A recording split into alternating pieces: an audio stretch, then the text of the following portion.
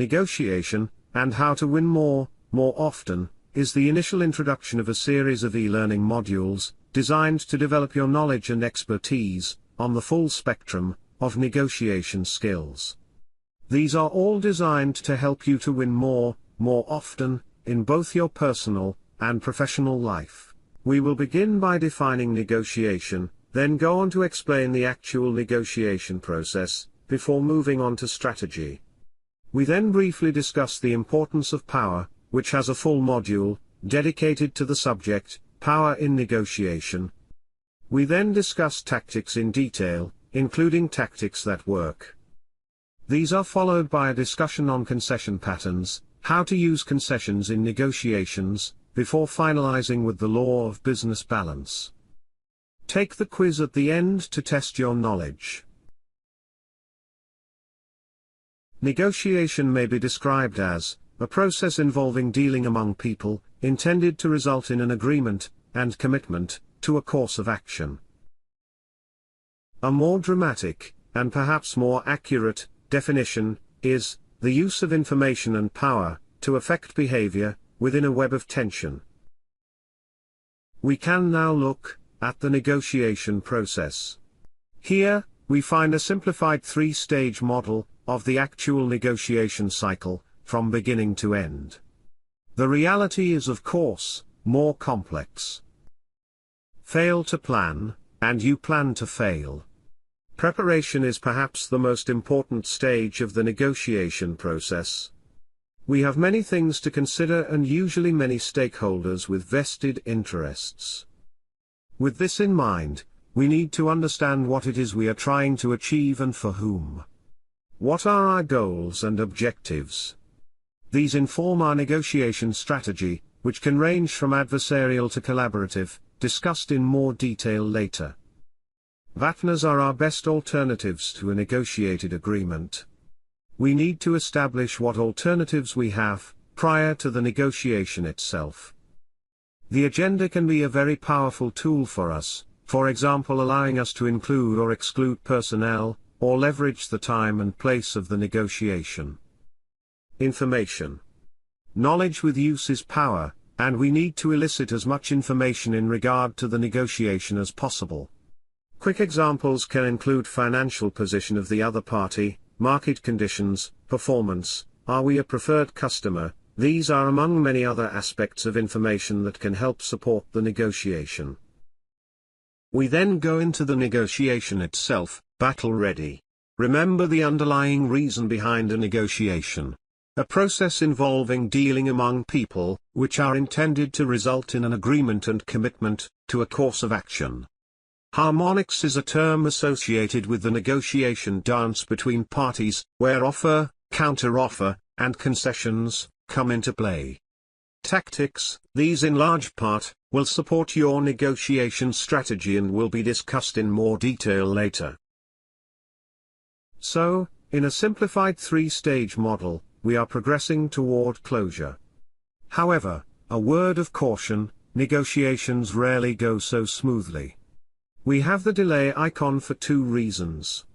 1. It can be a deliberate tactic by either side to put pressure into the system, or it could be that one or both parties have to go back to their internal organization for agreement. However, despite everyone's best efforts, even in a spirited cooperative negotiation, your best option to a negotiated agreement may still be your partner. In this case, you and the other party walk away. No deal is better than a bad deal. We can now discuss strategy in negotiation.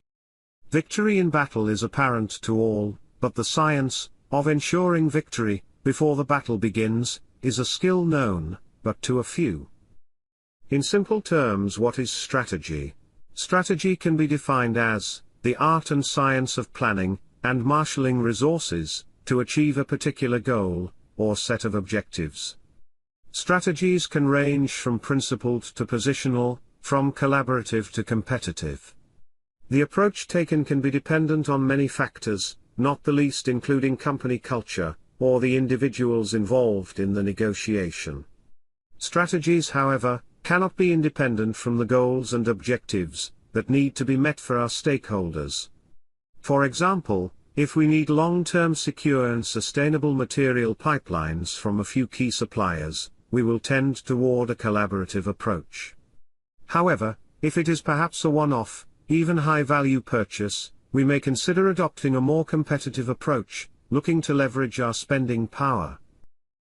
Positional strategy. This involves holding on to a fixed idea, or position of what you want, and arguing for it, and it alone, regardless of underlying interests. Unfortunately, tends to be the first strategy people adopt when entering a negotiation. Positional negotiation is less likely to result in a win-win outcome, due to entrenchment, and the adversarial behavior can cause long-term ill feeling. Distributive strategy. This is based on principle of competition between participants, where both sides see a fixed pie, or fixed amount of resources, which need to be divided up. Usually ends up win-lose to some degree, as both parties, taking a short-term approach, look to maximize their own piece of the pie. Win-win strategies are often spoke about, difficult to achieve, nonetheless can be worth the effort over the longer term. These focus on developing mutually beneficial agreements based on needs, desires, concerns and fears important to each side. Attempts are made to enlarge the number of benefits and positive outcomes for each party, although not always equally. Principled strategy, the name given to the interest-based approach developed by Urey and Fisher. The approach advocates four fundamental principles of negotiation. Separate the people from the problem. Focus on interests and not positions. Create options for mutual gain and insist on objective criteria. Not always easy in practice. The main behavioral differences in positional versus principled approaches can be seen below. In collaborative strategies, trust, communication and information sharing will be high, and relationships viewed as longer term. The opposite is true of more competitive and positional approaches. There is no need for a free trade agreement to involve accepting EU rules on competition policies, subsidies, social protection, the environment, or anything similar. Here we have the UK Brexit negotiations with the EU. The British Prime Minister is opting for a show of power, and taking up a positional negotiating stance. Setting the scene, and influencing expectations for the British public, and the EU, for the ongoing negotiations, taking place. Power is extremely important in negotiation, and there are many sources of power, which one may not necessarily be conscious of, and which can be developed, to support the negotiation process. Principled negotiation, for example, lies fundamentally in the power of fairness. However, as we all know, life can be unfair. We look at how to develop and leverage power, and how to win, more often, in the Short Power in Negotiation course available at www.procurementbusinessskills.com. We are now going to discuss tactics. Tactics may be defined as the science of organizing and maneuvering forces in battle, the individual steps to support a strategy, carried out concurrently, or in parallel. The tactics you employ will in large part be dependent on the strategy that you have adopted. The strategy that you have adopted may not be the strategy of the people on the other side, so you also have to be very aware of the tactics that may be used, or are being used against you.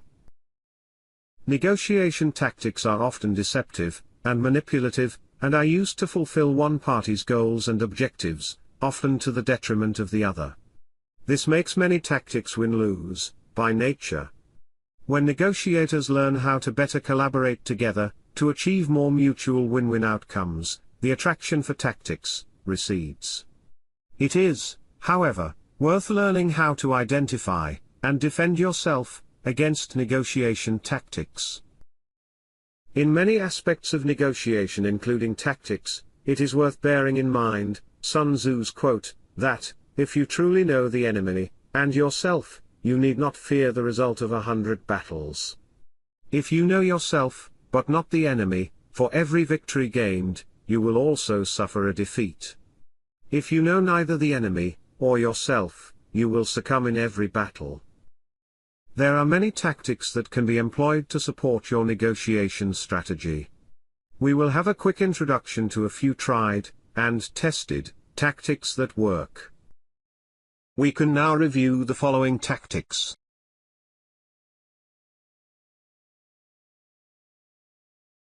Deadlines can have amazing power. Watch estate agents utilize a closing date. Salesmen use the technique all the time: prices go up next week, it is a great bargain at this time. The tactic forces the decision-making process, and unskilled negotiators start to give the store away, with heavy concession patterns, as they fear an agreement won't be reached. What do you do about deadlines? Well, the world keeps turning, regardless.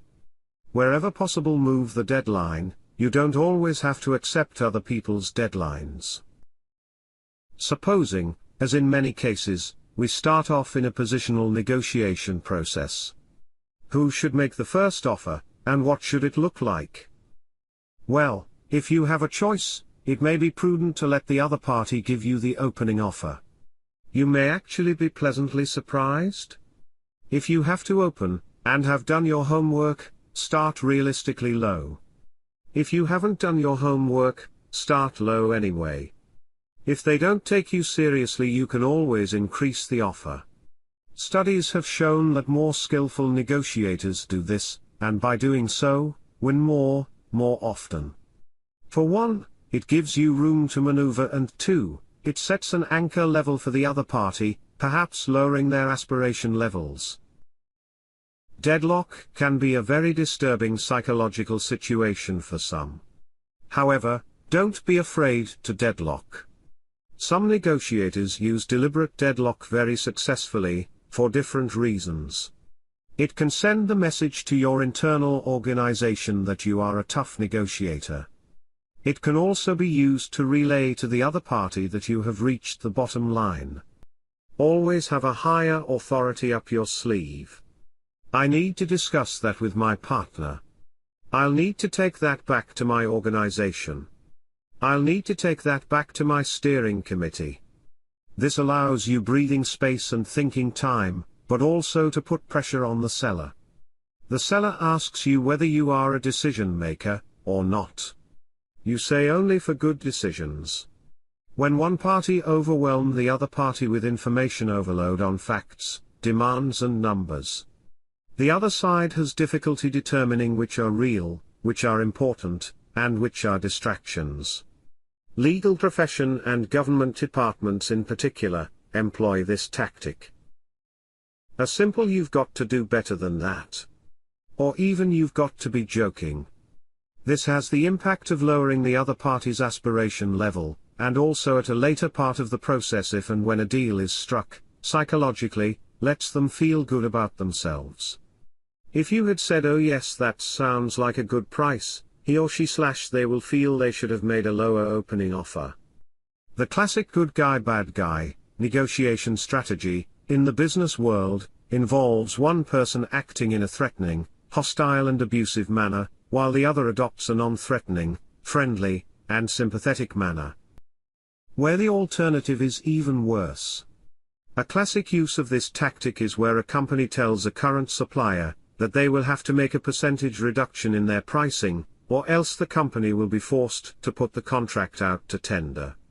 Designed to pressure you into choosing the lesser of two evils.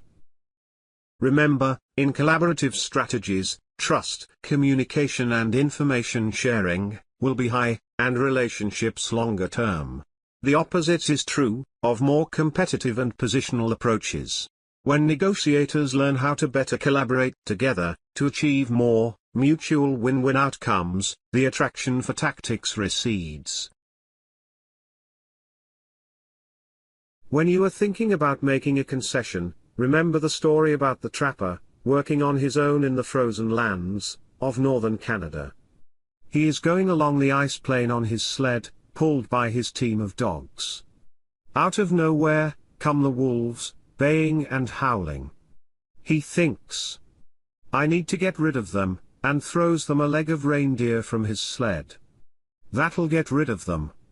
Yep, he's right, he's on his merry way, happily lonely, once again. 20 minutes later, more howling. Another leg of reindeer. Another 20 minutes, yet more howling. By nightfall he has no reindeer left. Guess who the wolves are coming after, now? All he did was to encourage them. We're not going to do that. Studies have shown a number of interesting points regarding concession patterns. Research has found the following. Large initial demands improve the probability of success, allowing room for maneuver. Losers tend to make the first concessions. Losers make the largest concessions in a negotiation. People who make small concessions fail less. Skilled negotiators make lower concessions as a deadline approaches. Recommendations to follow are: let the other side make theirs first. Make yours slow and low. Not quid pro quo. Lower aspiration levels and give away things that don't cost. Be the best negotiator you can possibly be, work hard to get your just rewards, but please remember the very wise words of the 18th century philosopher, John Ruskin. It is unwise to pay too much but also unwise to pay too little. When you pay too much all you lose is a little money. But when you pay too little, you stand a chance of losing everything, because the thing you bought is incapable of doing what you bought it to do. The common law of business balance prohibits paying a little and getting a lot. It just can't be done. So when you deal with the low bidder, it is wise to put a little something aside to take care of the risk you run. If you can do that, you can afford something better.